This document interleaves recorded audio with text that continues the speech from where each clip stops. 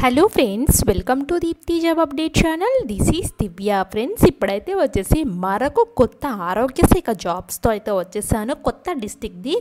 So AP, Telangana ప్రతి district అయితే పడుతున్నాయి. సో మీ యొక్క డిస్టిక్ని కింద కామెంట్ బాక్స్లో తెలియజేసినట్లయితే మేము వచ్చిన వెంటనే తెలియజేసేస్తాము. అప్డేటెడ్గా ఎప్పటికప్పుడు ఇలా తెలియజేస్తూ ఉంటాం కాబట్టి మీరు కూడా అప్లై చేసుకోవడానికి అయితే ఉంటుంది. హర్రీబరీగా ఉండాల్సిన అవసరమే లేదు. అండ్ ఫ్రెండ్స్, ఇక్కడ చూడండి ఎన్ని రకాల 6 రకాల పొజిషన్స్ అయితే ఉన్నాయి. ఇక్కడ లాస్ట్ గ్రేడ్ సర్వీస్కి 10th క్లాస్ ఉంటే సరిపోతుంది. సో ఇలా ఈ ఆరోగ్య శాఖ ఏ డిస్ట్రిక్ట్ నుంచి వచ్చింది, ఎలా అప్లై చేయాలో చూసే ముందల ఇంకా మన ఛానల్ యొక్క వీడియోస్ చూడకపోతే క్విక్గా చూసేయండి. చాలా జెన్యూన్ ఇన్ఫర్మేషన్స్తో వీడియోస్ అయితే ఉంటాయి మన ఛానల్లో, మీకు ఇంతకే తెలుసు కదా. సో ఈ జెన్యూన్ ఇన్ఫర్మేషన్ వీడియోస్ మీకు కావాలి అనుకుంటే ఇక్కడ సబ్స్క్రైబ్ బటన్ అయితే ఉంటుంది. సబ్స్క్రైబ్ చేసేయండి, వెంటనే వచ్చేస్తాయి. అలాగే షార్ట్స్ రూపంలో ఏమైనా ఇంపార్టెంట్ అప్డేట్స్ ఉంటే ఇలా వెంటనే తెలియజేస్తూ ఉంటాము. వీటిని కూడా క్విక్గా చూసేసుకోండి షార్ట్స్ని. అండ్ ఇప్పుడు వచ్చిన ఆరోగ్య శాఖ జాబ్స్ అయితే వచ్చేసి ఫస్ట్ కింద నుంచి అయితే వెళ్దాము. లాస్ట్ గ్రేడ్ సర్వీస్కి 15,000 అయితే ఇస్తారు. అవుట్ సోర్సింగ్లో అయితే ఉంది.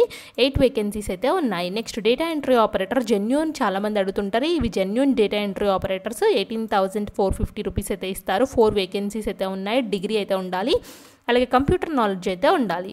సో నెక్స్ట్ ఫార్మసీ ఆఫీసర్ అయితే వచ్చేసి కాంట్రాక్ట్ ఒక పొజిషన్ అయితే ఉంది. మస్ట్ పోసెస్ ఎస్ఎస్సి ఉండి డిఫార్మసీ, బీఫార్మసీ లేదా ఇంటర్ వొకేషనల్ కోర్స్ ఫార్మసీ చేసి అయితే ఉండాలి.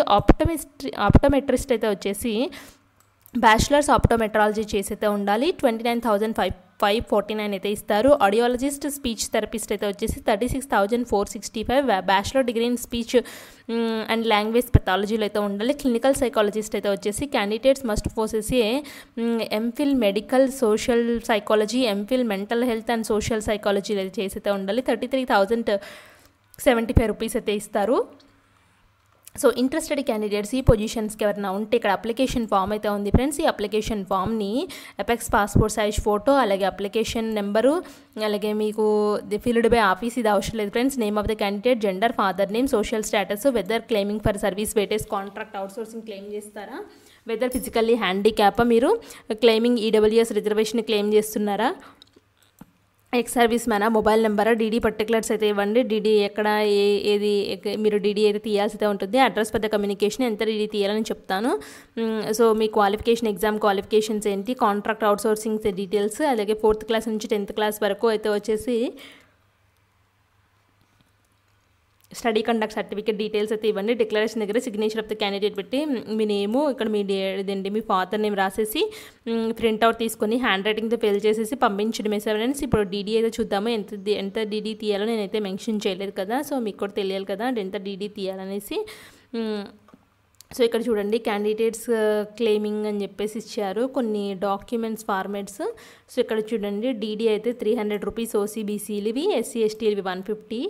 District medical health officer Anantapur పేరు మీద తీయాలి. ఇది అనంతపురం డిస్ట్రిక్ట్ నుంచి వచ్చింది కాబట్టి ఫిజికల్లీ హ్యాండిక్యాప్ వాళ్ళైతే ఎక్సెంప్షన్ అయితే ఉన్నారు application fee. So interested candidates ఎలా అప్లై చేసుకోవాలంటే అప్లికేషన్ని వాళ్ళు ఫిల్ చేసిన అప్లికేషన్ ఫామ్ ఉంటుంది కదా, అప్లికేషన్ ఫామ్ అని అన్నీ కలిపి 10/4/2025 రోజున లోపల మీరు ఏం చేస్తారంటే డిఎంహెచ్ఓ అనంతపురం దానికి పంపించాలి. Candidate advice to apply as soon as possible without waiting last date అని క్లియర్గా మెన్షన్ చేశారు. లాస్ట్ హవర్ రష్ ఉండద్దు అని చెప్పేసి కూడా చెప్తున్నారు. అప్లై చేసిన తర్వాత సో మీరు వెయిటింగ్ లిస్ట్లో, మెరిట్ లిస్ట్లో మీ నేమ్ ఉందనుకోండి, ఎప్పటికన్నా ఎవరన్నా వీళ్ళు మానేస్తే సో ఆ మెరిట్ లిస్ట్ అనేది 1 year వ్యాలిడిటీ ఉంటుంది. ఈ 1 year వ్యాలిడిటీ అంటే 31st March 2026 వరకు ఏమైనా వేకెన్సీస్ ఉంటాయో ఆ వేకెన్సీస్ ఉన్నప్పుడు మళ్ళీ ఇంటర్వ్యూస్ కండక్ట్ చేయరు ఫ్రెండ్స్. ఇంకా మెరిట్ లిస్ట్లో నుంచే మిమ్మల్ని కాంటాక్ట్ అవుతారు. ఒకవేళ మీరు విల్లింగ్గా ఉన్నారంటే తీసేసుకుంటారు. మళ్ళీ ఇంటర్వ్యూల ప్రాసెస్ ఇలా అలాంటి ప్రాసెస్ ఏం పెట్టుకోరు. కాబట్టి మీరు ఒకవేళ మెరిట్ లిస్ట్లో ఉన్నా కూడా చక్కగా 1 year లోపల ఏమైనా వేకెన్సీస్ ఉంటే వీళ్ళు పిలుస్తారు. కాబట్టి అప్లై అయితే చేసుకోండి. ఇంట్రెస్టెడ్ క్యాండిడేట్స్ మీకు ఏదైనా డౌట్ ఉంటే కామెంట్ బాక్స్లో కామెంట్ చేయండి, తప్పకుండా రిప్లై అయితే ఇస్తాను. Thanks for watching.